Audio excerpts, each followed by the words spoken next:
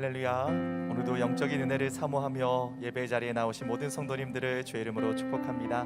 하나님께서 오늘도 한량없는 은혜로 우리 가운데 채워주시고 성령의 새 역사가 오늘 예배 가운데 쓰여질 줄 믿습니다. 그것을 사모하고 기대하는 마음을 담아서 좌우 앞뒤를 바라보며 이렇게 인사하겠습니다. 주님만이 소망되십니다. 한번 인사하겠습니다. 우리 다 함께 자리에서 일어나셔서 우리 전심으로 기쁨으로 주님 찬양하겠습니다.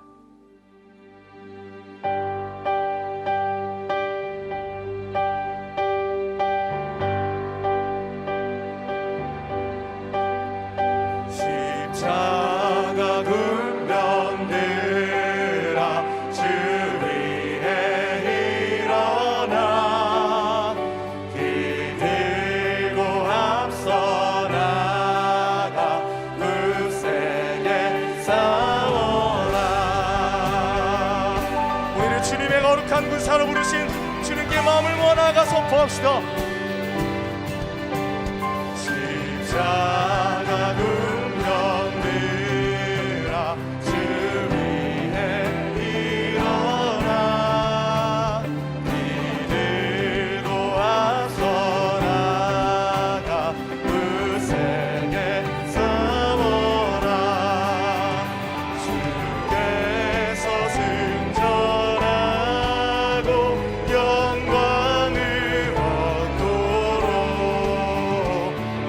군대 거느리사 늘 이김 주시네. 할렐루야. 다시 한번 믿음으로 선포합시다. 십자가 군병들아 주 위에 일어나 은하팔 소리 듣고 곧 나가 싸워라. 수 없는 원수 앞에 주 따라갈지니 주 예수 힘을 주사 강하게 하시. 십자가 군병들아 십자가 군병들아 주 위에 일어나 이날에 접전하고 또 해가 흐르리. 승천한 군사들은 영생을 얻으며 영광의 주와 함께 왕노를 승전한 군사들은 승천한 군사들은 영생을 얻으며 영광의 주와 함께 왕노. 다시 한번 선포합시다. 영광의 주와 함께 영광의 주와 함께 왕노를 하리라.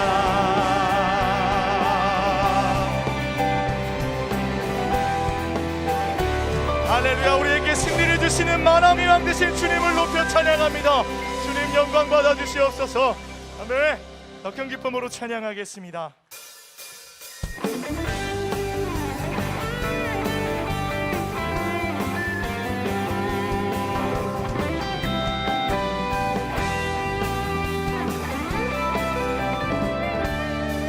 주님의 영광 나타나셨네. 권능으로 임하셨네. 죽음에서 날 살리신 주 성령 놀라우신 주 하나님. 주님의 영광 나타나셨네. 주님의 영광 나타나셨네. 권능으로 임하셨네. 죽음에서 날 살리신 주 성령 놀라우신 주 하나님. 선포합시다. 할렐루야 주의 나라가 먼자를 눈을 뜨며 할렐루야 임하소서. 저는 자를 걷게 되리 내를 선포하리. 만왕의 왕 예수 주의 나라 임하시네. 주님의 영광 주님의 영광 나타나셨네. 권능으로 임하셨네. 죽음에서 날 살리신 주성 놀라우신 주 하나. 기적의 하나님을 선포합니다. 할렐루야 주의 나라가 먼 자는 눈을 뜨며 할렐루야 임하소서. 저는 자를 걷게 되리 내를 선포하리. 만왕의 왕 예수 주의 나라 임하시. 한 번 더 고백합시다. 할렐루야. 할렐루야 주의 나라가 먼 자는 눈을 뜨며 할렐루야 임하소서. 걷게 되리 내를 선포하리. 만왕의 왕 예수 주의 나라 이 나를 선포하리. 나를 선포하리. 만왕의 왕 예수 주의 나라 임하시네. 오늘 이곳 가운데 가득 역사하실 성령님을 기대하며 바라봅시다. 우리의 삶의 이유가 되시는 첫사랑 되신 주님께 우리의 마음을 다해 고백하며 찬양합시다. 할렐루야. 예수 나의 첫사랑 되시네. 내 첫사랑 지존자 되신 그리스도 예수 찬양하리. 보좌 앞에 나의 삶이 향기로운 제사로 주께 드려지기 원하네. 한 번 더 고백합니다. 예수 나의 첫사랑. 예수 나의 첫사랑 되시네. 내 첫사랑 지존자 되신 그리스도 예수 찬양하리. 보좌 앞에 나의 삶이 향기로운 제사로 주께 드려지기 원. 우리의 모든 삶을 주께 드리며 선포합시다. 오직 주만 바라보며 나의 삶을 드리네. 다른 길은 찾지 않으리. 나의 온전한 열정과 나의 찬양 대신에 주의 길을 따라가리라. 보좌 앞에 나의 삶이 향기로운 제사로 주께 드려지기 원하네. 주님, 이것이 우리의 믿음의 고백입니다. 보좌 앞에 나의 삶이 향기로운 제사로 주께 드려지기. 교회야, 두 손을 높이 듭시다. 우리의 삶을 주께 드리며 보좌 앞에 나의 삶이 향기로운 제사로 주께 드려지기 원하네.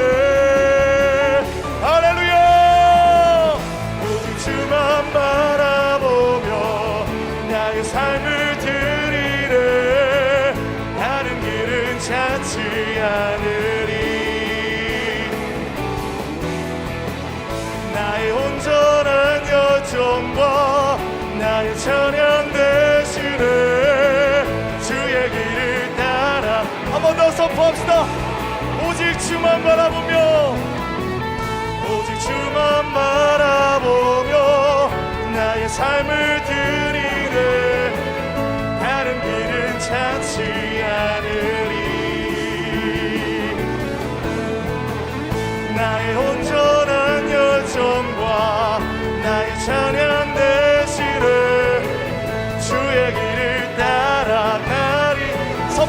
주의 길을 따라가리라. 주의 길을 따라가리라. 할렐루야. 주님의 군대가 되어 주님의 길을 걸어가기를 선택한 우리에게 하나님 이곳 가운데 역사하여 주실 그 주님을 바라봅니다. 더 큰 박수를 드릴게 영광 올려드립시다. 아멘. 주님, 그 자리에 앉아서 계속 주님 찬양하겠습니다.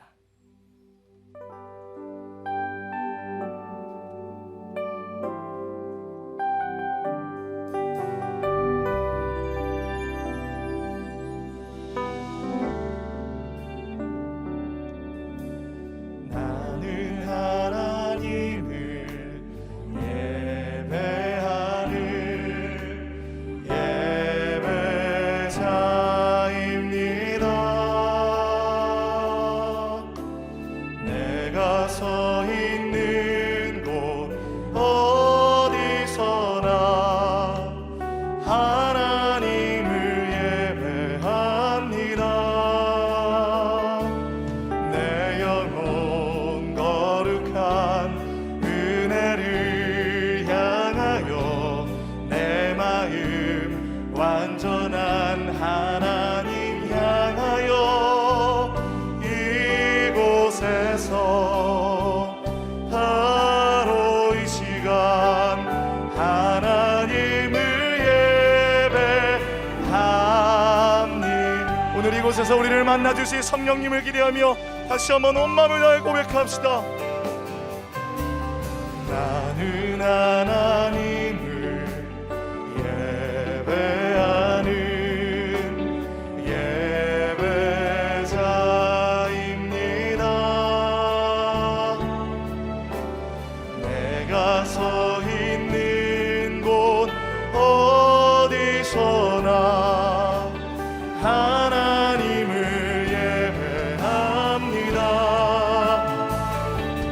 내 영혼 거룩한 은혜를 향하여 내 마음 완전한 하나님 향하여 이곳에서 바로 이 시간 하나님을 예배. 우리 주께 더 가까이 나가 고백합시다. 내 영혼 거룩한 은혜를 향하여 내 마음 완전한 하나님 향 이곳에서 바로 이 시간 하나님을 예배하. 주님 이곳에서 예배합니다. 이곳에서 바로 이 시간 하나님을 예배합니다.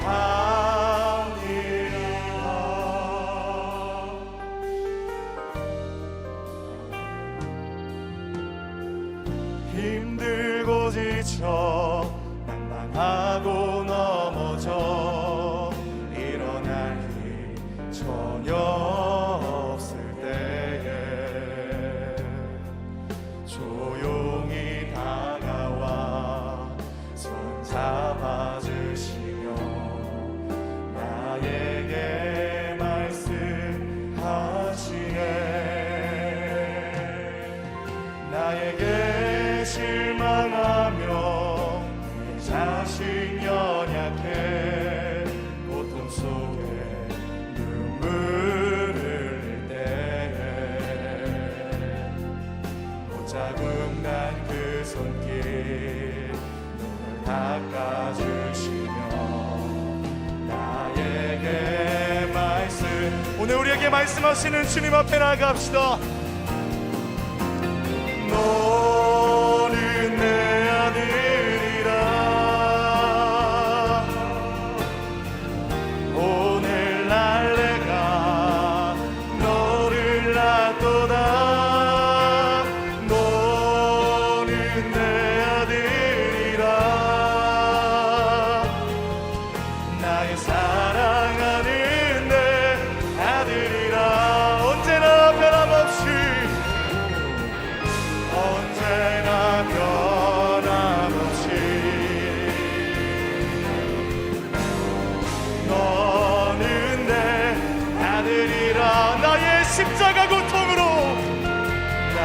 십자가 고통 사는 그 고통으로 내가 너를 낳았으니 아멘. 그 주님의 손을 붙잡고 나아갑시다. 너는 내 아들이라 오늘날 내가 너를 낳도다. 너는 내 아들이라 날 사랑하는 내 아들이라. 위대하신 위대하신 주 찬양의 위대하신 주 모두 하게 되리라.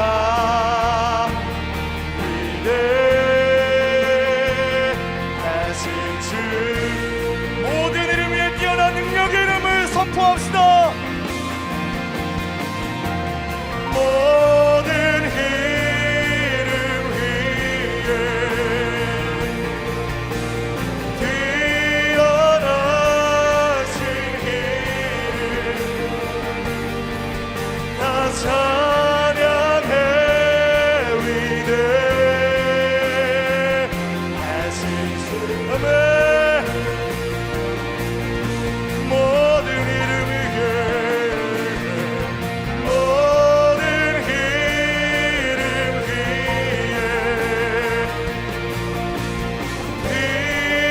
뛰어나신 이름 예 주님 다 찬양해.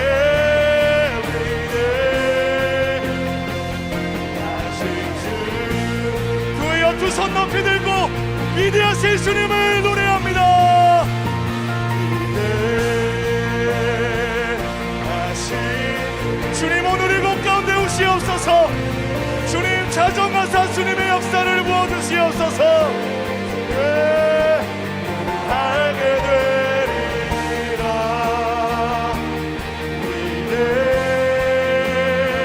위대하신 주 우리의 목소리로 선포합시다. 위대하신 주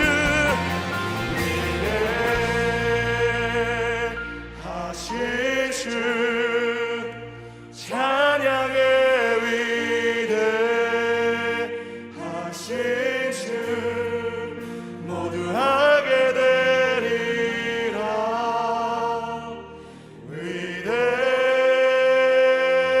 위대하신 주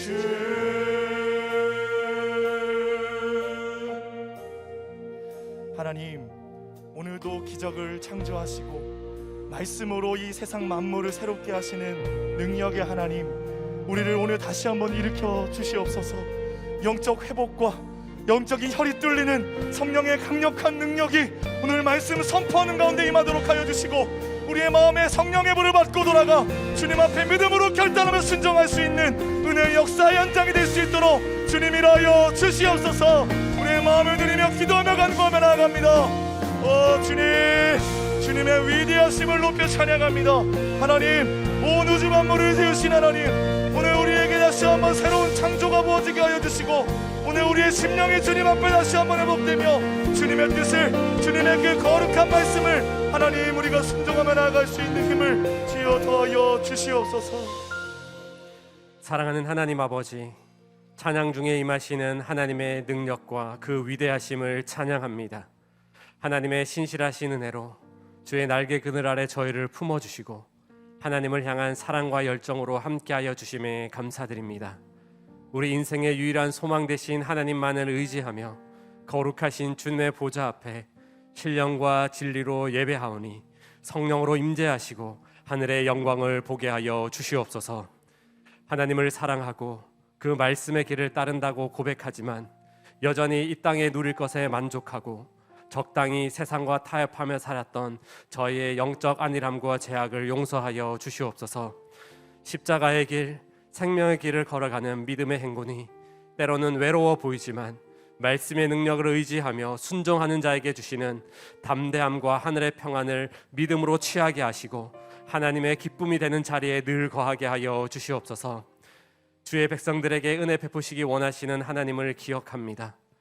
외롭고 힘겨운 광야와 같은 인생길이지만 구름 기둥과 불 기둥으로 이스라엘 백성을 인도하시고 만나와 메추라기로 그들을 입히시고 먹이셨던 것처럼 주님의 전능하심과 성실하심으로 주의 백성들을 붙들고 계신 줄 믿습니다. 세상의 화려함과 부요함이 아닌 생명과 능력을 주시는 하나님만을 의지하게 하여 주시옵소서. 모든 상황 속에서 일하시고 다스리시는 하나님을 믿음으로 바라보며 진실과 정직한 순종의 걸음으로 향기로운 삶의 제사를 주님께 올려드리게 하여 주시옵소서. 주님의 몸된 새로운 교회를 통해 역사하시는 하나님의 은혜를 기대합니다. 온 교회가 특별 새벽 기도회를 통해 하나님의 꿈을 꾸며 성령의 불로 뜨겁게 기도하게 하심에 감사드립니다. 기도의 응답과 치유와 회복을 통해 온 성도들이 거룩한 하나님의 군대가 되어 세상 속에 하나님의 살아계심을 나타내게 하여 주시옵소서.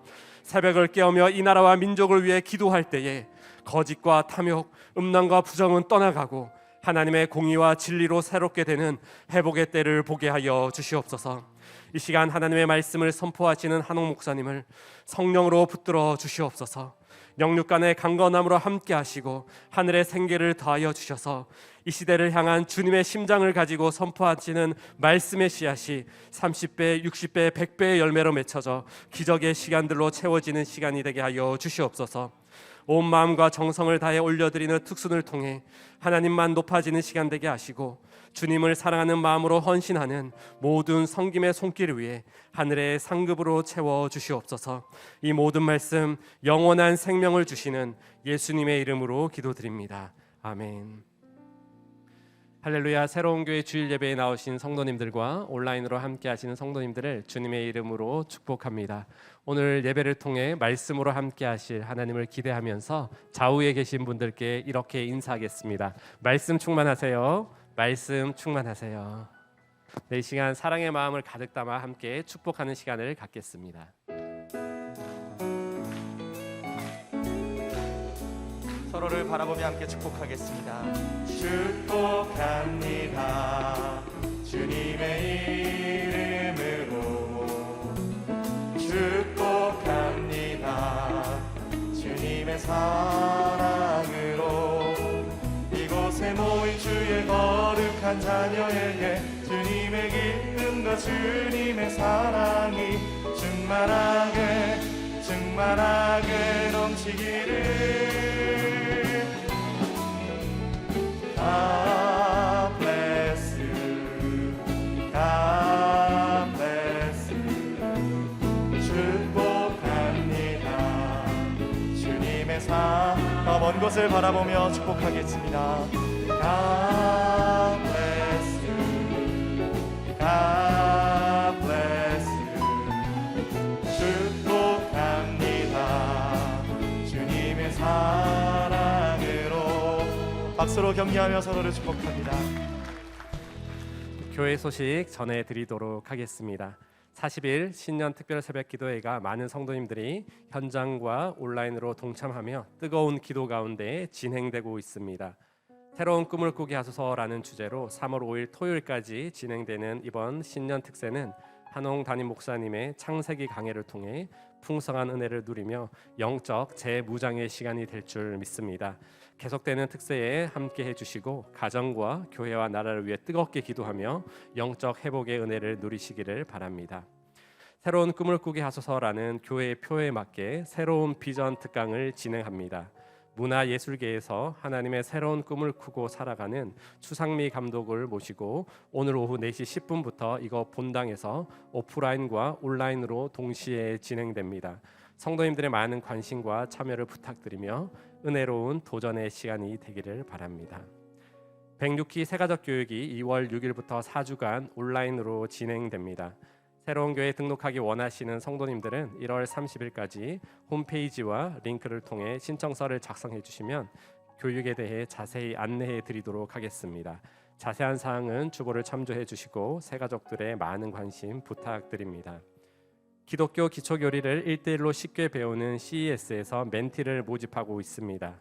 교회 공동체에 소속되어 순예배에 성실하게 참여하고 계신 성도님들께서 많이 지원해 주시기 바랍니다. 신청은 새로운 교회 홈페이지를 통해 해 주시기 바랍니다. 영적 하프타임을 세우고 새로운 회복과 축복을 경험하는 수요 기도 예배를 안내해 드립니다. 수요 기도 예배는 거룩하신 하나님의 이름을 높이는 찬양을 통해 우리 영혼의 닫힌 문을 열고 우리의 간절한 사정을 가지고 간구하는 믿음의 기도에 놀라운 응답해 주심을 매 순간 경험하고 있습니다. 2022년 한 해 동안 새로운 교회 교육자들이 전하는 말씀을 통해 하나님의 뜻을 발견하고 새로운 꿈을 꾸는 예배가 되길 소망합니다. 1월은 소망, 2월은 믿음이라는 주제로 말씀이 선포되는 은혜와 감격의 자리에 성도님들의 많은 참여와 관심과 기도를 부탁드립니다. 이제 특순 후에 한옥 목사님께서 하나님의 말씀 전해 주시겠습니다.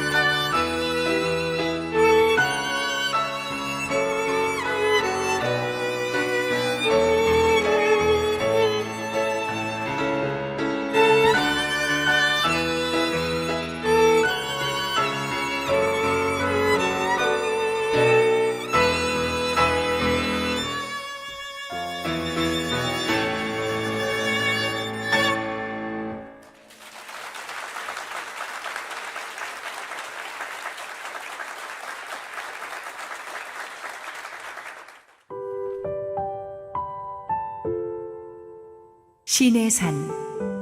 출애굽기 19장 1절에서 6절, 요한일서 5장 2절에서 3절 말씀입니다. 이스라엘 자손이 애굽 땅을 떠난 지 3개월이 되던 날, 그들이 시내 광야에 이르니라. 그들이 르비딤을 떠나 시내 광야에 이르러 그 광야에 장막을 치되 이스라엘이 거기 산 앞에 장막을 치니라. 모세가 하나님 앞에 올라가니 여호와께서 산에서 그를 불러 말씀하시되 너는 이같이 야곱의 집에 말하고 이스라엘 자손들에게 말하라. 내가 애굽 사람에게 어떻게 행하였음과 내가 어떻게 독수리 날개로 너희를 업어 내게로 인도하였음을 너희가 보았느니라. 세계가 다 내게 속하였나니 너희가 내 말을 잘 듣고 내 언약을 지키면 너희는 모든 민족 중에서 내 소유가 되겠고 너희가 내게 대하여 제사장 나라가 되며 거룩한 백성이 되리라. 너는 이 말을 이스라엘 자손에게 전할지니라. 우리가 하나님을 사랑하고 그의 계명들을 지킬 때에 이로써 우리가 하나님의 자녀를 사랑하는 줄을 아느니라. 하나님을 사랑하는 것은 이것이니 우리가 그의 계명들을 지키는 것이라. 그의 계명들은 무거운 것이 아니로다. 할렐루야. 우리 하나님께 감사와 영광의 박수 올려드리겠습니다. 축복된 주일 예배 실시간 현장에 참석하신 성도님들과 지금 온라인 생방송으로 함께하고 계시는 국내 모든 성도님들에게 오늘 우리 주님의 크신 은혜가 넘치도록 임하기를 축원합니다.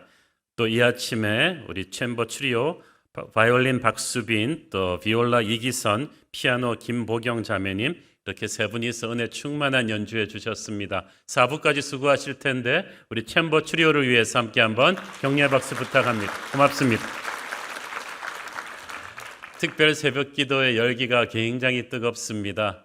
담임 목사인 저도 상상하지도 못했던 큰 은혜가 열기가 불같이 임하고 있고 보니까 그 추위를 뚫고 지난주에 얼마나 추웠습니까? 점점 오시는 시간이 빨라져가지고 토요일 날 보니까 맨날 앞에 앉아 계시던 분이 저 뒤에 앉아 계시더라고요. 그러니까 토요일 날 특별히 안수기도가 있다고 하니까 특별히 또 많이 들어오시고 로비까지 꽉 메운 그 불같은 기도의 열기로 온 교회가 충만하니까 얼마나 감사한지 모르겠습니까? 우리가 코로나로 비대면 예배를 많이 드리면서 좀 위축되어 있었던 영이 살아나고 깨어나는 것을 느낍니다. 올 한 해 하나님께서 주시는 기적 같은 응답이 특별 새벽 기도를 통해 여러분 모두에게 충만하게 임할 줄 믿습니다. 오늘도 하나님 주실 은혜를 기대하면서 기도하고 말씀 보겠습니다. 사랑하는 아버지, 은혜를 감사합니다. 오늘도 하나님께서 준비하신 뜨거운 말씀을 우리에게 주시고 부족한 종은 온전히 감추어 주옵소서. 예수님 이름으로 기도했습니다. 아멘.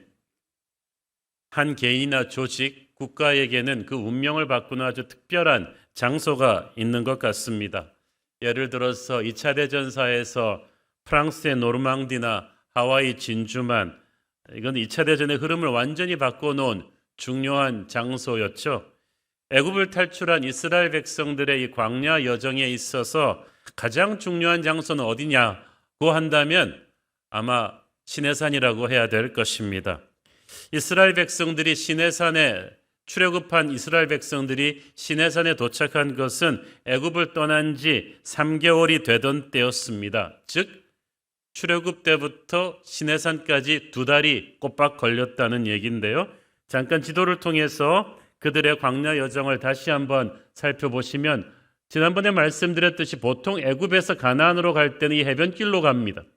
그런데 블레셋 민족들과의 전쟁 때문에 이스라엘 백성들이 유턴할 것을 걱정하신 하나님께서 밑으로 내리셨어요. 그러면 밑으로 내리셨으면 보통 아브라함이 택했던 이 수르 광야길로 하셔야 될 텐데 아예 더 남쪽으로 빼셨어요. 왜냐하면 여기에 시내산에 가야 되기 때문이죠. 이 시내산으로 굳이 데려오셔서 여기서 놀라운 하나님과의 만남을 한 1년 가까이 가지신 뒤에 여기서 이스라엘 백성들을 변화시키신 뒤에 북으로 데려가셔서 이제 가데스 바네아에서 약속의 땅으로 진입시키는 그런 경로였어요. 그래서 이 시내산이 특별히 하나님이 이렇게 둘러서 오게 한 이 시내산이 가지는 영적인 의미가 굉장히 큽니다. 출애굽하기 전에 하나님께서 말씀하셨습니다. 시내산에 대해서 출애굽기 3장 12절 하나님이 이르시되 내가 반드시 너와 함께 있으리라. 네가 그 백성을 애굽에서 인도하여 낸 후에 너희가 이 산에서 하나님을 섬기리니 이것이 내가 너를 보낸 증거니라. 자, 이스라엘은 단순히 애굽에서 탈출해서 새로운 나라로 이주하려는 정치 난민들이 아니었습니다. 그렇다면 바로 가나안으로 직행을 하거나 아니면 굳이 가나안 땅이 아니더라도 어디 좋고 편한 땅을 찾아서 자리 잡고 살면 되었을 것입니다. 그러나 이스라엘은 하나님이 인도하시는 아주 특별한 백성이었어요. 그들은 꼭 하나님이 예비하신 약속의 땅으로 돌아가야 했고 거기서 하나님의 법대로 하나님의 나라를 건설해야만 했습니다. 그러기 위해서 그들은 먼저 이 하나님의 백성다운 모습을 갖춰야만 했습니다. 지금은 430년 애굽 생활의 때가 너무 많이 묻어 있어요. 그들은 그래서 정신적으로 신앙적으로 애굽의 우상숭배적인 가치관이 너무 물들여 있는 또 항상 억압당해 왔던 두려움과 불안감에 전전긍긍하던 전직 노예들에 불과했습니다. 그래서 하나님께서 시내산으로 데려오셔서 그들로 하여금 애굽의 때를 벗고 하나님의 새 백성으로 거듭나게 하게끔 영적인 전열을 재정비하신 것입니다. 이게 11개월 넘게 걸립니다. 그래서 한 1년 가까이 걸리죠. 자, 이 시내산이 그렇게 좋은 산이 아니에요. 사진으로 보시면 아시겠지만 울퉁불퉁한 안반투성이에 풀 한 폭이 물 한 방울 나지 않는 산입니다. 성지순례 가셔서 이집트 가셔서 시내산 올라갔다 오신 분들은 전부 학을 띠십니다. 너무 힘들었다고. 알프스산처럼 웅장하지도 않고 지리산처럼 산림이 울창하지도 않으니까 시내산 자체가 가볼 만한 곳은 아닙니다. 그러나 이 산은 거룩하신 하나님이 임재하셨기 때문에 특별한 산이 되었어요. 구약성경 모세오경 중에서 출애굽기 19장부터 40장까지 그리고 레위기, 민수기 10장까지가 전부 이스라엘 백성들이 이 시내산 앞에서 머물렀던 12개월 동안에 일어났던 일들이에요. 그때 하나님이 말씀하셨던 내용, 그때 하나님과 그들 사이에 있었던 일들이 거기에 다 담겨 있어요. 이 시내산에서의 영적 체험이 없었다면 이스라엘 백성들은 그냥 유랑하는 전직 노예 출신의 난민들로 광야 생활을 그냥 그저 그렇게 마감했을 것입니다. 그러나 시내산에서 그들은 하나님의 임재를 깊이 체험하고 난 뒤에 완전히 바뀐 사람들이 되죠. 약속의 땅을 차지할 만한 새 나라를 세우는 하나님 백성들의 기본 틀을 시내산에서 갖추게 되는 것입니다. 이 시내산에서 그들은 하나님으로부터 세 가지 중요한 선물을 받습니다. 하나는 하나님의 비전이고 또 하나는 하나님의 법, 십계명을 받았고 셋째는 하나님을 만나는 성막을 거기서 선물로 받았습니다. 첫째, 비전. 이것이 얼마나 중요합니까? 비전은 그들이 누구인가를 말해주는 하나님의 시각에서 그들이 누구인지를 정리해주는 그들의 정체성입니다. 앞으로 그들이 무엇을 위해 살아야 되는 사명입니다. 애굽에서 430년 종살이하면서 이스라엘 사람들은 애굽 사람들에게서 너무너무 멸시당했어요. 애굽에서 종살이하니까 다른 열방의 백성들도 이스라엘 민족을 그냥 멸시했어요. 민족적인 자존감이 땅에 떨어져 있었다고 봐도 될 것입니다. 그런데 시내산 앞에서 그들의 모든 모멸적인 자존감과 열등감은 다 씻겨나가고 하나님께서 네가 얼마나 놀라운 민족인지를 선포해 주셨죠. 5절 6절 말씀은 이스라엘 백성을 향한 하나님의 비전이 담겨 있기 때문에 어떤 구약학자들은 구약 성경에서 가장 중요한 구절이라고 할 정도입니다. 5절 6절 함께 읽습니다. 세계가 다 내게 속하였나니 너희가 내 말을 잘 듣고 내 언약을 지키면 너희는 모든 민족 중에서 내 소유가 되겠고 너희가 내게 대하여 제사장 나라가 되며 거룩한 백성이 되리라. 너는 이 말을 이스라엘 자손에게 전할지니라. 첫째, 너희는 모든 민족 중에서 내 소유가 되겠다. 놀라운 말입니다. 세계가 다 내 것이라는 것은 하나님이 모든 열방의 왕의 왕이신데 그 왕의 왕께서 너희가 내 소유라고 선포하십니다. 영어 성경에 보니까 my treasured possession, 내가 정말 보물단지처럼 아끼는 존재가 바로 너다. 수많은 민족들이 다 하나님의 소유이지만 이스라엘로는 특별하다는 것, 국보 1호 같은 거예요.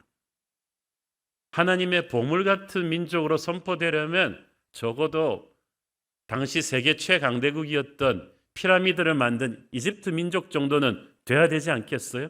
그런데 하나님께서는 굳이 애굽에서 종살이하던 모든 민족들 중에서 가장 열등한 존재로 취급받던 이스라엘 백성들을 My treasured possession, 나의 보물이라고 선포하십니다. 이스라엘이 잘나서가 아니죠.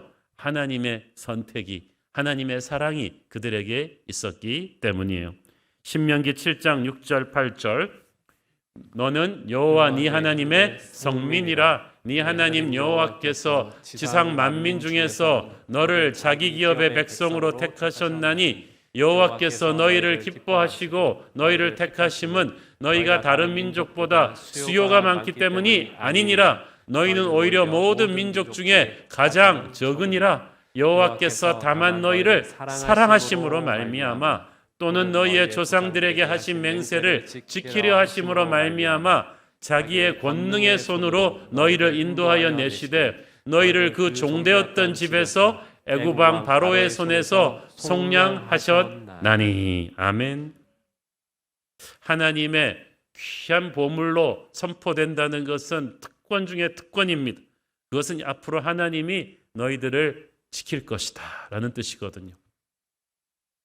우리의 보물도 우리가 눈을 부릅뜨고 지키는데 만군의 여호와의 보물로 선포됐는데 하나님이 지키시지 않겠습니까?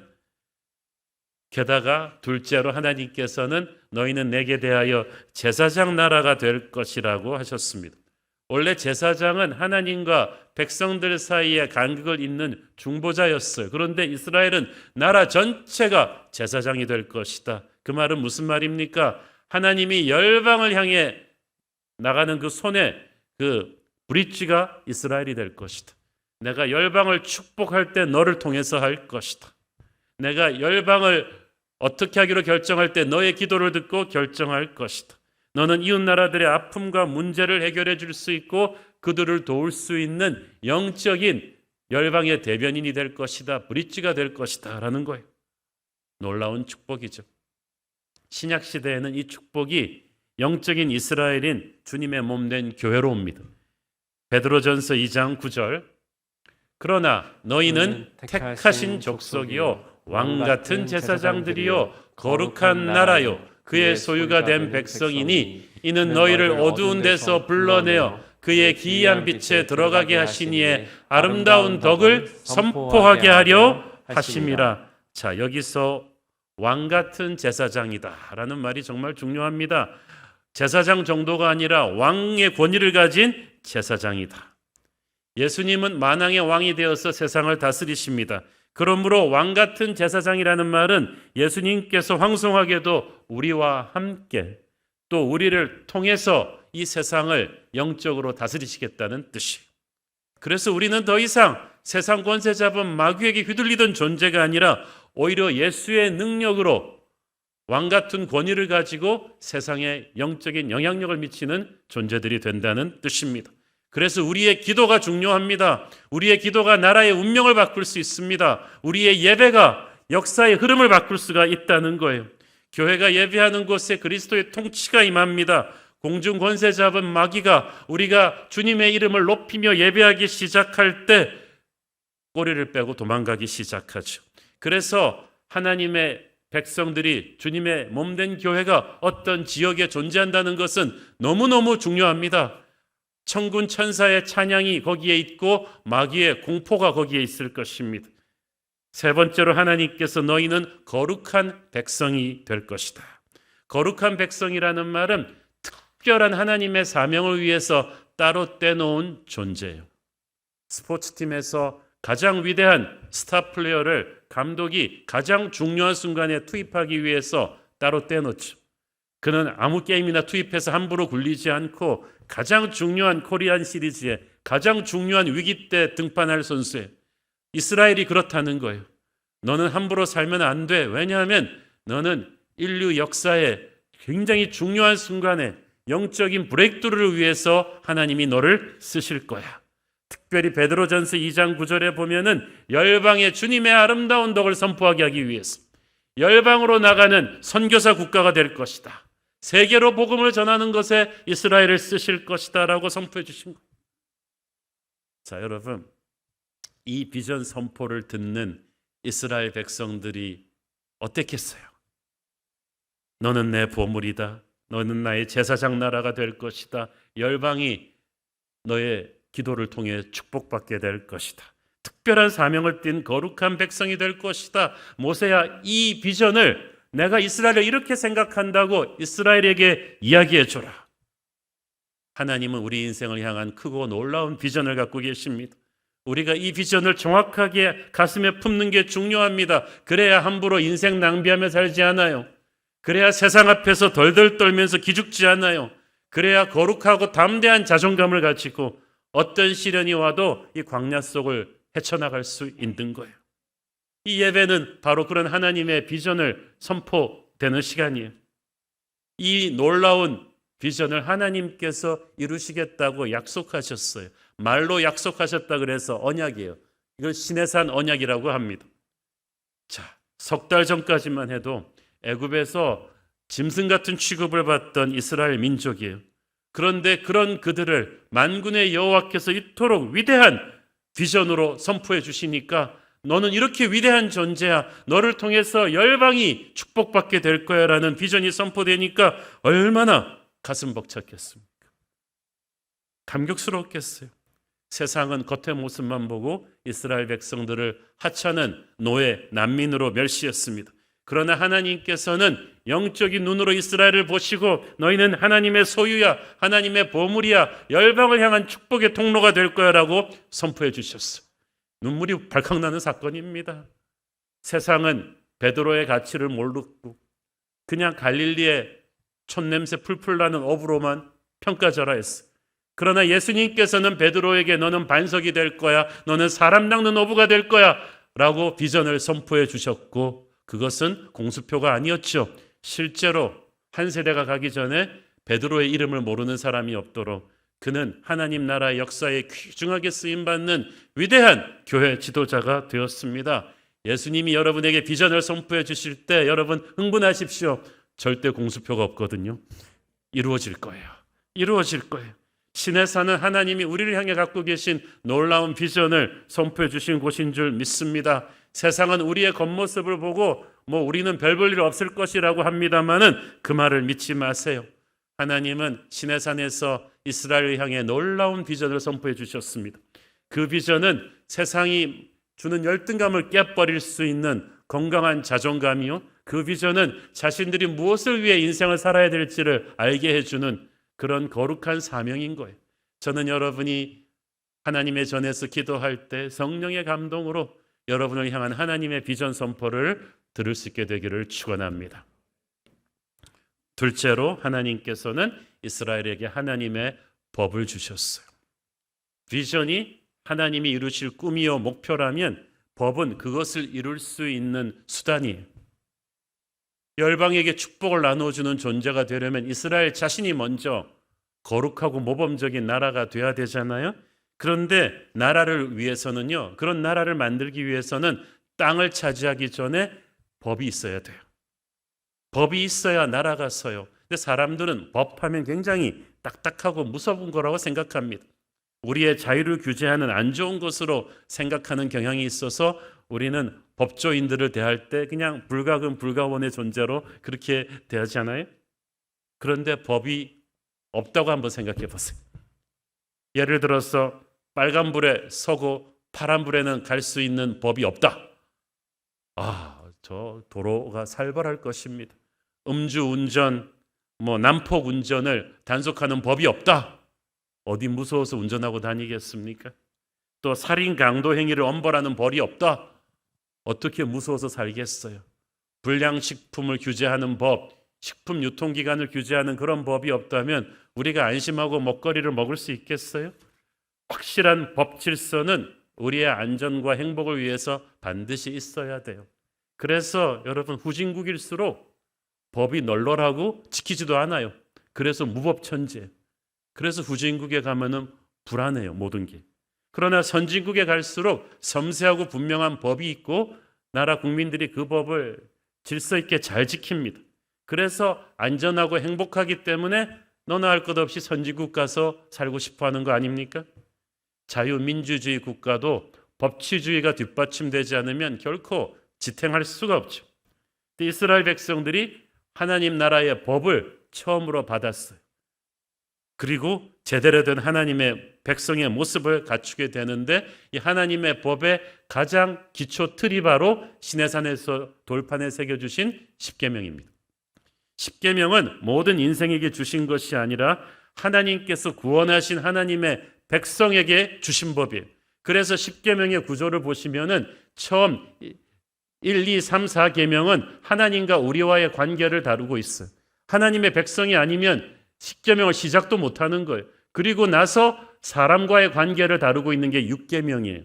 이 6계명은 첫 번째 4계명에 기초하고 있는 거예요. 하나님의 선택을 받고 하나님의 은혜로 거듭난 하나님의 백성들이 하나님을 사랑함으로써 지킬 수 있는 게 나머지 6가지 계명이죠.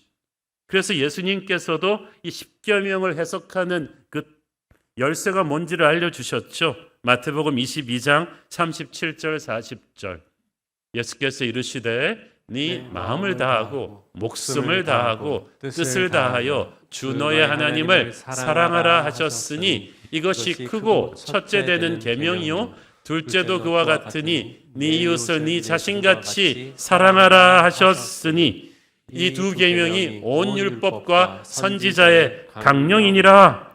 자, 십계명 내용 전체를 압축하면 하나님을 사랑하고 이웃을 사랑하라. 그 십계명을 기초로 해서 그 모세오경에 보면은 이스라엘의 모든 제사법, 정결법, 민법, 제산법, 형법이 그 위에 딱 세워지는 거예요. 자, 이 기초가 먼저 하나님을 뜨겁게 사랑해라. 하나님과의 관계가 어그러지면 다른 모든 관계도 어그러진다는 거예요. 전직 노예들이 이제 국가다운 국가, 모든 열방을 선도할 수 있는 그런 인류 국가가 되기 위해서는 먼저 하나님을 건강하게 섬겨라. 우상숭배는 절대 안 됨. 그리고 나서 그 힘으로 이웃과의 관계를 건강하게 해라. 그러면 너희들은 훌륭한 나라가 될 것이다 라는 거예요.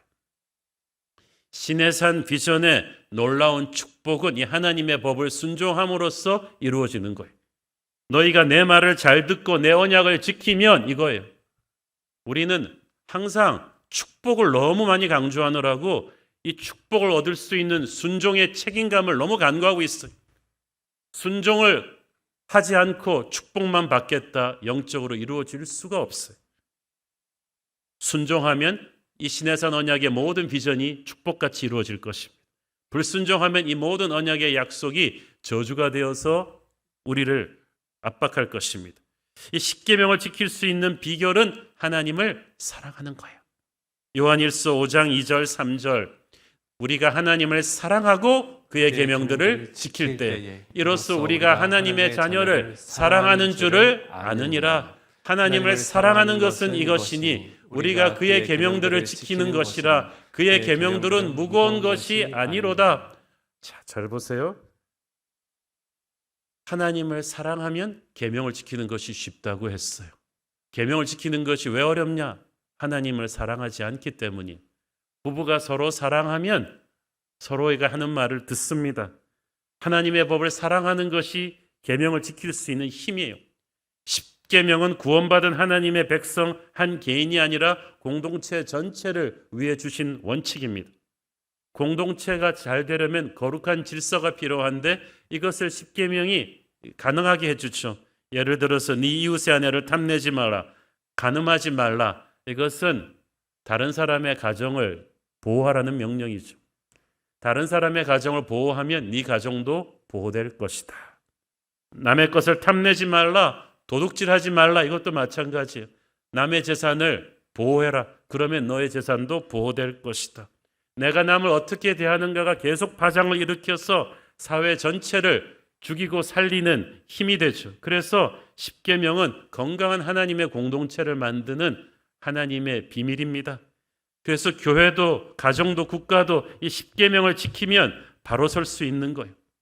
하나님의 법들은 우리를 괴롭히고 구속하기 위한 것이 아닙니다. 그의 계명은 우리를 죽음에서 살리기 위한 이 광야 같은 세상에서 살 길을 열어주는 지혜와 축복의 길이에요.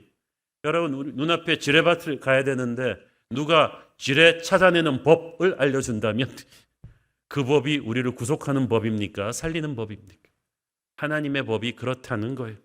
조종사가 조종법을 배워야 비행기를 몰고 마음껏 창공을 누빌 거 아니겠어요? 하나님을 사랑하는 자녀들은 이 법이 우리를 구속하기 위한 것이 아니라 지뢰밭 같은 광야 같은 세상에서 우리를 살리는 생명의 법임을 믿습니다. 이 법을 그냥 무시하면 그냥 괜찮은 게 아니라 우리가 죽어요. 이 법을 순종하면 그냥 괜찮은 게 아니라 축복과 능력을 누리게 될 것입니다. 하나님을 경험하는 삶의 저자로 유명한 캐나다의 헨리 블랙거비 목사님이 자기가 젊은 시절에 목사로서 치렀던 첫 번째 장례식을 아직까지 기억한답니다. 어느 집에 신방을 갔는데 정말 그 집에 귀염을 독차지 않은 3살짜리 어린 딸이 있었어요. 그 첫 번째 외손주인데다가 어린게 얻은 딸이기 때문에 그 엄마, 아빠, 할아버지, 할머니 너무너무 얘를 예뻐한 거예요. 예뻐한 것까지는 좋았는데 목사님이 보니까 애가 너무 버릇이 없어요. 그냥 예배하는 데 와서 막 목사님 수염을 잡아당기고 막 팍 튀어나가서 강아지를 걷어차고 그래도 아이고 예쁘다, 아이고 귀엽다 그러면서 한 사람도 이 아이를 갖다가 스톱시키는 게 없었어요. 엄마가 말을 해도 애가 확 무시하고 도망가도 야단도 안 쳐. 그래서 목사님이 이거 좀 걱정이 됐는데 그 아이가 죽었다는 청천벽력 같은 소식을 들은 거예요. 어떻게 죽었느냐? 그날도 이 아이가 천지사방으로 막 뛰어다니는데 부모들이 그만해라 그러는데 애는 막 무시하는 거예요. 문이 잠깐 열려 있었는데 애가 그냥 총알같이 밖으로 튀는데 저쪽에서 횡단보도에서 차들이 쌩쌩 달려오는 거예요. 그래서 아빠 엄마가 비명을 지르듯이 가지마 그러는데도 애는 축복을 씩 웃더니 그냥 확 달려나가서 들어오는 차에 그냥 갇혀서 즉사했다는 거예요. 목사님이 덜덜 떨면서 그 첫 번째 아기 장례식을 집례하면서 그 말씀이 생각이 났더래요. 순종이 생명이고 불순종은 죽음이라는 것을. 여러분, 하나님의 말씀은 그냥 관람용으로 주는 게 아닙니다. 우리를 귀찮게 하라고 주는 것도 아니고 이것을 순종하면 살 것이요 불순종하면 죽는다. 이런 긴박감과 중요성을 가지고 우리가 하나님의 말씀을 대하기를 바랍니다. 그렇게 하라고 하나님의 법을 주신 거예요. 세 번째로 하나님께서는 성막을 주셨어요.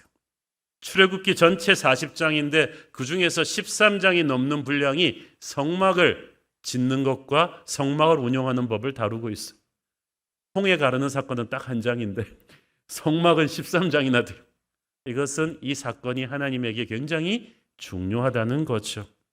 성막은 한번 만들어 놓고 나면요 40년 광야 생활 내내 가지고 다니면서 일일이 셋업하고 해체하기를 반복해야만 했습니다. 어디든지 광야 생활을 떠날 때 가장 먼저 성막 먼저 뜯어갑니다. 어디든지 도착하면 가장 먼저 성막부터 셋업합니다. 성막을 중심으로 12지파가 3지파씩 동서남북으로 진영을 차리게 합니다. 자, 이 힘든 광야 여정에 짐을 조금이라도 줄여야 되는데 이 힘든 성막을 계속해서 가지고 다니게 한 이유가 무엇입니까? 그것은 이 광야 여정에서 항상 예배하는 삶을 살아야 된다는 것을 가르치기 위해서였어요. 성막은 불완전한 인간이 하나님을 만나는 곳입니다. 인간은 계속 죄를 지어요. 사건 사고가 계속 터져요. 자기가 해결할 수 없는 인생의 파도가 항상 몰려오는 곳이 광야이기 때문에 성막이 그들 가운데 항상 있어서 늘 그들은 성막으로 와서 예배를 드림으로써 광야에서 받은 상처와 고통을 씻어내고 다시 앞으로 나갈 수 있는 하나님의 힘을 받는 거예요. 그들은 예배를 통해서 하나님의 임재를 체험하고 새롭게 행군할 수가 있었습니다. 이 성막 예배의 중심은 예수 그리스도세요. 성막 안에 있는 모든 기물들, 번제단, 물두멍, 전설병, 떡상, 언약궤의 모든 기물들은 다 예수 그리스도를 상징하는 거였습니다. 한 걸음 더 나가서 예수님의 십자가 보혈의 은혜가 가득 담겨 있는 것이 성막이에요. 그래서 성막 예배는 어린 양의 십자가 보혈, 예수님을 붙들고 하는 거예요. 누구든지 그리스도를 성막 안에서 예배하면 새로 시작할 수 있어요. 민수기는 그래서 이스라엘 백성을 그때부터 회중이라고 그러죠. 회중은 예배하는 공동체란 뜻이, 커뮤니티. 이스라엘 백성들은 단순한 혈연 집단이 아닙니다. 하나님을 섬기는 예배 공동체예요. 이스라엘 백성들 순수한 유대인 피만 있는 단일 민족 아니에요. 저 유명한 갈렙도 이방인의 피가 섞였어요. 다윗 왕에게도 모압 여자 룻 할머니의 피가 섞여 있잖아요. 이스라엘은 혈연 집단이 아니라 성막의 예배를 중심으로 섬기는 예배 공동체라서 하나가 된 거예요. 구심점이 없는 단체는 힘이 없어요. 이스라엘을 하나 되게 하는 구심점은 바로 어린 양의 보혈을 중심으로 하는 성막의 예배였어요. 이 예배가 있었기 때문에, 예배를 중심으로 하나가 되었기 때문에 영토도 없는 광야 시절에 벌써 국가가 된 것입니다. 이스라엘 백성들은 하나님의 법인 말씀을 받고 그에 따라 함께 예배하며 움직이는 공동체예요. 그러므로 이스라엘 백성들의 예배가 흔들리면 나라 전체가 흔들렸어요.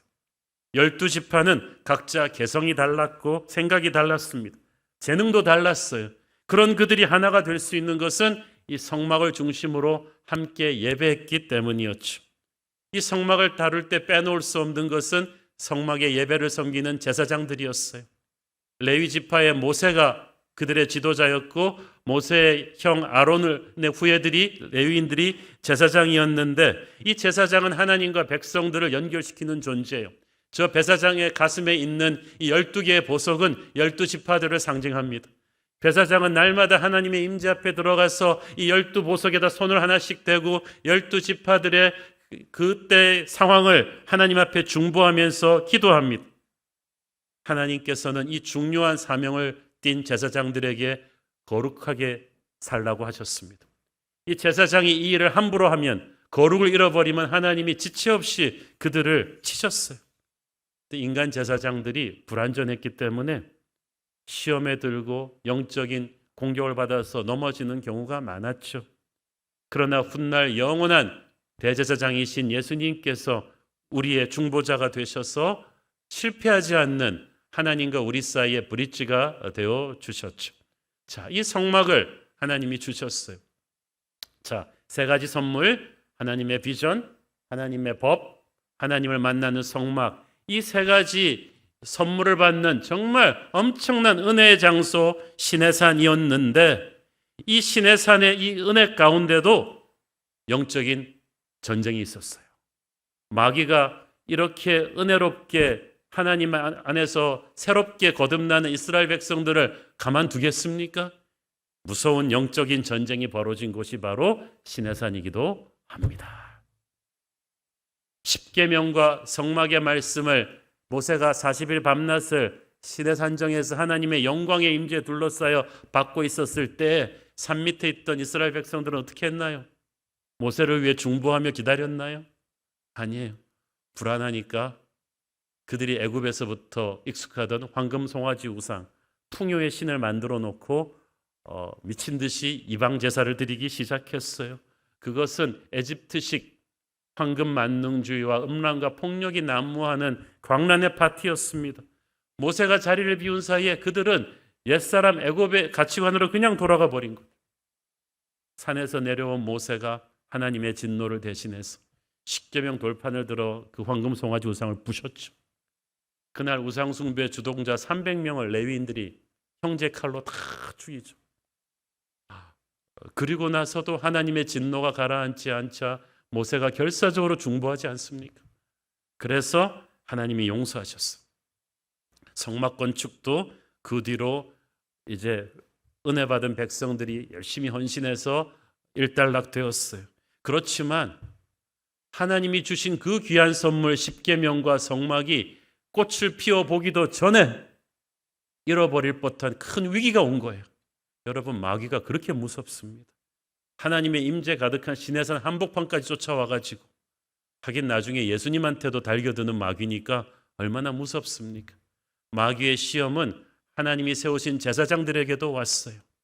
아까 아론의 자손들로 제사장을 세웠다고 말씀드렸죠. 그래서 아론의 두 아들 나답과 아비후가 제사장이 되었는데, 레위기 10장에 보면 제사장으로 취임해서 드린 첫날 제사를 드린 그날 저녁에 죽습니다. 야, 어떻게 중간에 죽은 것도 아니고 취임 첫날 죽습니까? 왜? 다른 불을 들여서 죽었다고 했죠. 다른 불이란 하나님이 인정하지 않는 불입니다. 원래 어린 양의 피가 흘려진 번제단에서만 불을 가져와서 예배드려야 되는데, 이 나답 아비후가 바빠서 그랬는지 말씀에 대한 존경심이 없었는지 쉽게 생각한 것 같아요. 불이면 불이지 특별한 불이 있나 싶어서 일반 불로 아무렇게나 드리다가 하나님의 진노를 산 것 같습니다. 게다가 성경을 계속 보면 나답과 아비후가 술 취한 채로 제사를 드렸던 것 같습니다. 참 얼마나 자세가 해이했으면 이 세상에 주는 쾌락에 이미 취한 젊은이들이죠. 그들은 아무 공로 없이 그냥 아론이라는 아버지 두었기 때문에 젊은 나이에 제사장이 되면서 온 백성들의 이목을 집중적으로 받으면서 교만해진 것 같아요. 그래서 하나님의 이 거룩한 제사장의 책무를 그들이 떠나왔던 애굽의 우상신전 사제들쯤으로 쉽게 생각한 것 같습니다. 그래서 자신들의 직분을 함부로 다루었다가 비참하게 죽었어요. 그들의 죽음은 하나님께서 모든 후세 제사장들에게, 하나님의 영적 지도자들로 세움받는 사람들에게 주는 경고였어요. 자, 어쨌든 이렇게 시내산에서의 1년은 너무나 큰 은혜의 시간이면서 무서운 영적 전쟁이 벌어졌던 시간이기도 합니다. 십계를 받는 동안 황금우상 사건을 만들도록 뒤에서 마귀가 역사했겠죠. 나답과 아비후, 아론의 두 아들들 뒤에 애굽적인 가치관을 가지고 하나님의 일을 하려는 순간에 함부로 이 일을 하게끔 마귀가 시험을 걸었겠죠. 하나님의 사람들에게, 하나님의 지도자들에게 얼마나 지금도 많은 유혹과 영적인 시험이 옵니까? 기도해 주셔야 돼요. 애굽의 옛사람이 아직도 살아있는 이스라엘 백성들이 하루아침에 거룩한 하나님의 백성으로 변하지 않아요. 시내산 앞에 영적인 전쟁은 가장 큰 은혜가 있는 곳에 가장 무서운 영적인 전쟁이 있다는 것을 우리에게 보여주었습니다. 가장 하나님이 쓰시려는 지도자들에게 가장 무서운 영적인 공격이 온다. 그러니까 깨어 기도하라. 긴장을 풀지 말라는 하나님의 엄중한 경고였던 거예요. 시내산에서 그 시내산을 떠나기 전에 하나님이 하신 아주 중요한 일이 또 하나 있는데, 그것은 이스라엘 백성들의 1차 인구조사를 시키신 것입니다. 그런데 이 1차 인구조사가 그냥 사람 숫자 세우는 것만이 아니었어요. 민수기 1장 3절을 보십시오. 이스라엘 중 20세 이상으로 싸움에 나갈 만한 모든 자를 너와 아론은 그 진영별로 계수하되, 이 인구조사의 목적은 전투병력을 카운트하는 거였어요. 즉, 이 인구조사를 통해서 하나님께서는 이제 본격적으로 군중을 군대로 바꾸는 작업을 시작하신 것입니다. 이때까지 전직 노예 출신의 12지파가 그냥 적당히 섞여서 우왕좌왕하는 질서 없는, 규모 없는 오합지졸이 아니라 이제 이집트의 노예 근성을 버리고 앞으로 그들을 기다리고 있는 사나운 민족들과 싸워 이길 수 있는 강한 하나님의 군대로 하나님이 완전히 포메이션을 바꾸는 작업입니다. 그래서 이것은 대대적인 조직 재정비예요. 각 지파의 형편을 살피고 임무를 부여하고 각 지파의 지도자들 임명하는 일까지 하나님께서 일사불란하게 이 인구조사에 관여하십니다. 출애굽기 12장 41절, 처음 출애굽할 때부터 하나님은 그들을 어떻게 보셨습니까? 430년이 끝나는 그날에 여호와의 군대가 다 애굽 땅에서 나왔은즉. 여러분 영화 쉽게 보셨죠? 출애굽할 때 이스라엘 백성들이 애굽에서 나오는 모습이 군대 같았나요? 그건 거의 난민들의 모습이었어요. 그런데 하나님께서는 영의 눈으로 이미 그들은 나의 군대다라고 선포하셨어요. 시내산에 도착할 때까지만 해도 그들은 군대라기보다는 군중이었는데 이제 시내산에서 하나님의 비전을 선포되고 하나님의 법을 받고 성막에 예배를 하면서 그들은 이제 군대 포메이션으로 시내산을 떠나게 되죠. 그들은 예배 공동체로 여호와의 군대로 시내산을 떠납니다. 그렇다고 아직 완전한 군대의 실력을 갖춘 건 아니에요. 그렇지만 하나님께서 이미 그들을 군대로 선포하셨어. 그리고 이미 그들은 시내산 앞에서 영적인 전쟁을 호되게 치렀죠. 우상 숭배 사건으로 3,000명이 죽어나갔고 아론의 아들 제사장들이 죽는 것을 보면서 벌써 동료들이 수없이 총탄 맞고 쓰러지는 걸 보면서 우리가 피크닉 온 게 아니구나, 전쟁터라는 것을 깨달았습니다. 여러분, 사람들이 많이 모이면 우리는 그것을 군중이라고 합니다. 그러나 성경은 교회가 군중이 아니라 그리스도의 군대라고 하죠. 군중은 즉흥적으로 쉽게 모였다가 흩어집니다. 군대는 권위와 질서가 있고 강한 훈력으로 다져진 결속력이 있습니다. 명령이 없으면 죽어도 그 자리를 지키는 것이 군대죠. 군중은 구경꾼이에요. 감상객이에요. 팔짱 끼고 물러서서 참관만 할 수 있어요. 그러나 군대는 참여자예요. 구경꾼은 군대에 못 들어와요. 팔을 걷어붙이고 현장에 뛰어들어서 생명 걸고 싸워줘야 되죠. 군중은 비판하고 불평할 수 있어요. 그러나 군대는 이미 고통을 전제하고 있기 때문에 비판, 불평 못합니다. 그러니까 군대에서는 초코파이 하나만 줘도 감사하는 거죠. 군중이라면 결코 할 수 없는 감사죠. 군중은 아무 생각 없이 와와 몰려다닐 수 있지만 군대는 목적 없이 의미 없는 이동하지 않습니다. 그리고 정신 차리고 깨어 있습니다.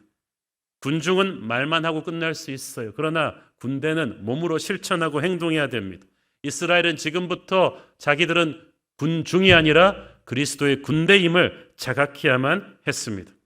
시내산 앞에서 이 이스라엘이 가졌던 거룩한 경험은 바로 교회의 경험이에요. 시내산에서 이스라엘에게 주신 그 비전, 너희는 열방을 향한 제사장 나라가 되리라. 이 비전은 신약시대 교회에 주신 하나님의 지상 명령입니다. 너희들은 땅 끝까지 가서 모든 족속으로 내 제자를 삼아라. 무엇보다 시내산 앞에 세워진 그 성막, 오늘날 주님의 몸된 교회 아니겠습니까? 시내산에서 주어진 그 계명, 교회를 통해서 보내주시는 하나님의 살아있는 말씀입니다. 교회는 성막이 그러했던 것처럼 말씀을 중심으로 해서 보혈의 은혜와 성령의 기름 부으심이 가득한 곳입니다. 그래서 누구든지 세상에서 지친 자가 이 교회 예배 공동체 안으로 들어와서 주님을 새롭게 만납니다. 그러나 시내산 앞에서 우상 숭배가 벌어지고 타락한 제사장들이 죽는 영적인 전쟁이 있었듯이 은혜가 충만한 교회일수록 안팎으로 시도 때도 없는 영적인 전쟁을 치른다는 것을 우리가 각오해야 됩니다. 그러나 그만큼 하나님의 은혜와 역사가 크기 때문에 우리는 두려워하거나 놀라지 말아야 돼요.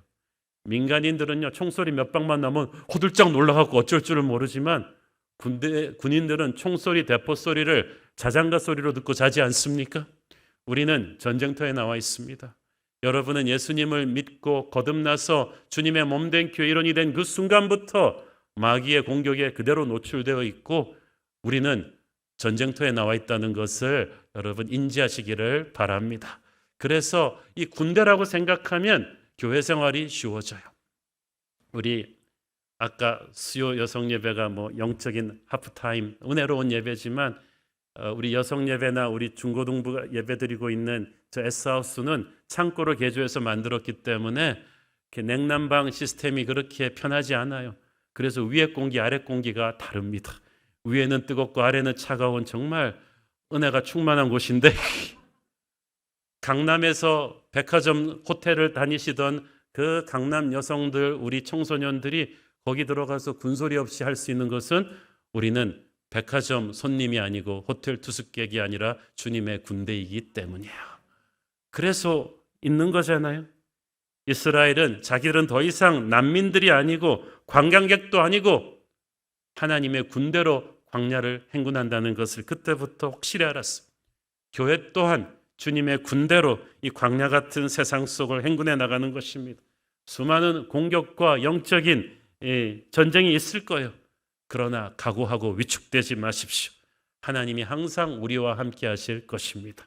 하나님의 비전이 이곳에 있고 성막의 예배가 우리 안에 있고 하나님의 영광이 이 안에 있습니다. 하나님의 교회를 사랑하십시오. 우리 함께 그리스도의 군대가 되어서 침체된 한국교회를 다시 일으키는 부흥의 주역들이 되십시다. 기도하겠습니다. 주님 은혜를 감사합니다. 오늘 시내산 앞에서 이스라엘 백성들이 받았던 놀라운 선물을 봅니다. 그 사이로 들어왔던 무서운 영적인 전쟁도 봅니다. 하나님, 우리 교회가 지난 12년 동안 그리스도의 군대로 세우심을 받기까지 얼마나 많은 영적인 공격과 어려움이 있었습니까? 그러나 위축되지 않고 이렇게 달려온 것은 오직 주님의 은혜임을 믿습니다. 이제 불같은 새벽 기도의 바람을 입고 2022년도 우리 새로운 교회 주실 새로운 부흥의 꿈을 기대합니다. 주님의 군대로 일어서게 하옵소서. 예수님 이름으로 기도했습니다. 아멘. 우리 다 함께 일어나셔서 봉헌 찬양 드리겠습니다.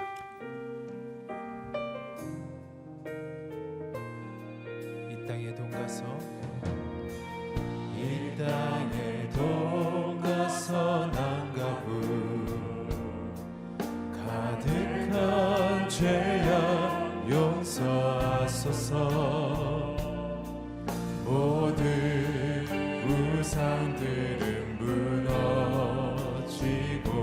주님만 높이는 나라 되게 하소서. 이 땅에 지친 모든 영혼 주 예수 사랑 알게 하소서. 저들의 아픔과 눈부신 듯 주님의 보혈 이 땅 치유하소서.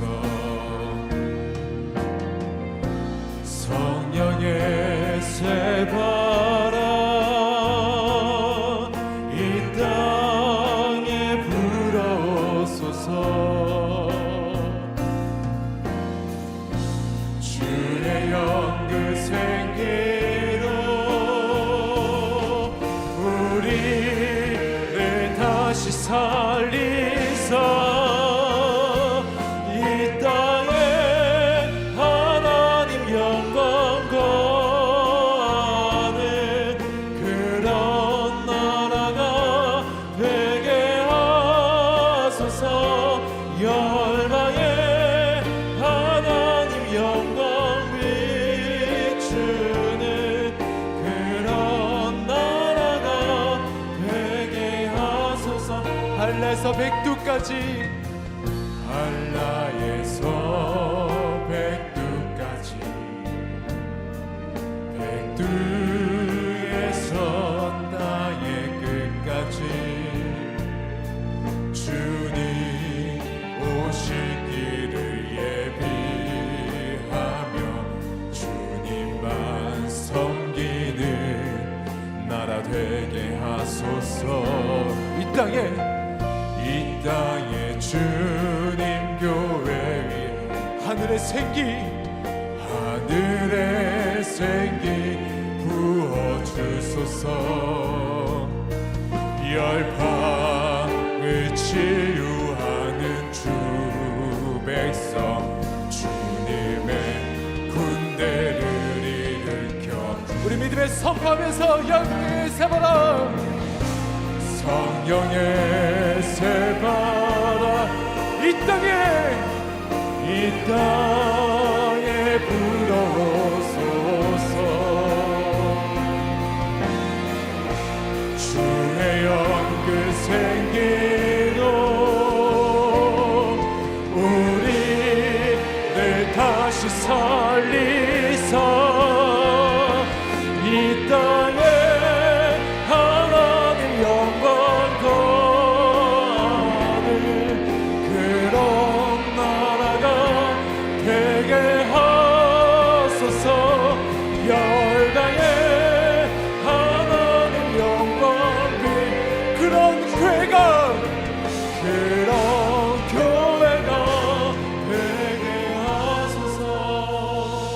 사랑하는 아버지, 인생의 힘든 광야를 지나는 우리 성도들을 위해 특별히 중보합니다. 급성 골수암 진단 후 수술이 불가피하여 어려운 상황 가운데 있는 성도님과 심각한 염증과 세균으로 인해 부비동 수술을 받고 생사의 기로에 서 있는 성도를 불쌍히 여겨 주시옵소서. 주님의 긴급한 개입과 치유가 필요합니다. 폐종양 제거 수술을 기다리고 있는 성도의 가슴에 불안이 떠나게 하여 주시고 온몸에서 암세포가 깨끗이 사라지는 역사가 있게 하여 주옵소서. 운전 중 급성 뇌경색으로 의식이 없는 상황 속에 외로이 침상에 있는 성도의 아버님과 교통사고로 인해 흉부 전면과 함께 요추골절로 인해 회복 중에 계신 어머님을 불쌍히 여겨주시고 성령의 손으로 안수하시고 회복시켜 주시옵소서. 코로나 확진으로 회복 중에 있는 자녀가 있고 격리센터에서 치유받고 있는 성도들도 있습니다. 코로나가 더 이상 번지지 않고 깨끗하게 후유증 없이 낫게 하여 주옵소서. 오랜 기간 혈액투석과 장기화되는 가족의 병간호로 지쳐있는 성도님들, 그 눈물의 기도를 들으시고 온전한 치유가 기적같이 임하게 하여 주옵소서. 계속되는 40일 식년 특별 새벽 기도회 겨우 11일이 지났는데도 사도행전적인 치유와 기적이 도처에서 일어나고 있으니 감사합니다. 하나님께서 앞으로도 수많은 병자들을 일으키시고 수많은 기도의 응답을 주시고 약속의 땅에 응답을 주시는 역사가 우리 40일 새벽기도 끝에 있기를 원하고 우리의 기도를 통해 나라가 변하는 역사가 있게 하여 주옵소서. 코로나 힘든 상황 속에서도 열방에서 주님 주신 지상 명령을 따라 순종하는 많은 선교사님들 가정과 자녀들이 있습니다. 그들을 눈동자같이 지키시고 복의 복을 대하여 주옵소서. 대선을 앞두고 있는 우리나라를 주님께서 복 주시옵소서. 거룩한 나라로 세워 주옵소서. 받은 은혜 감사하며 드리는 헌물의 손길들을 축복하시고 지금은 살아계신 우리 주 예수 그리스도의 은혜와 하늘아버지의 끝없는 사랑과 성령님 감화 감동하신가 교통하신가 축복하심의 은혜가 오직 하나님이 선포하신 비전대로 가슴에 품고 열방을 향한 거룩한 나라 되기 위해 나가기를 소원하는 사랑하는 주의 백성들 머리 위에 지금부터 영원까지 함께 하시기를 축원하옵나이다. 아멘.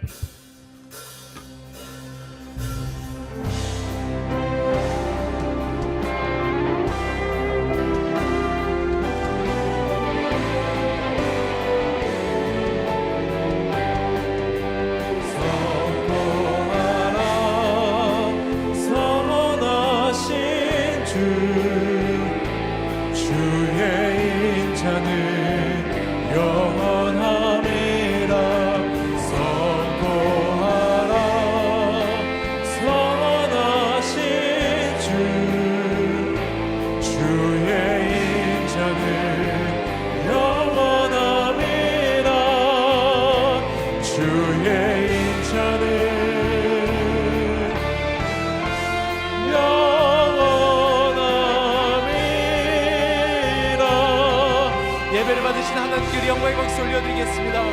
할렐루야. 주님을 찬양합니다. 예배를 마쳤습니다. 한 주간도 주님과 함께 동행하시길 기도하겠습니다. 사랑하고 축복합니다.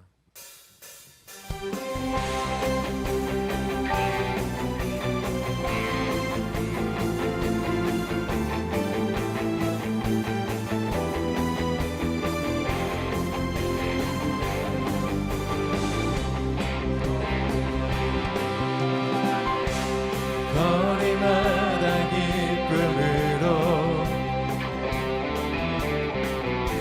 춤을 추게 하시고 주의 백성 기도할 때 이 땅 회복하소서. 산 위에서 해거까지 우리 찬양 울리네. 하늘에서 열방까지 우리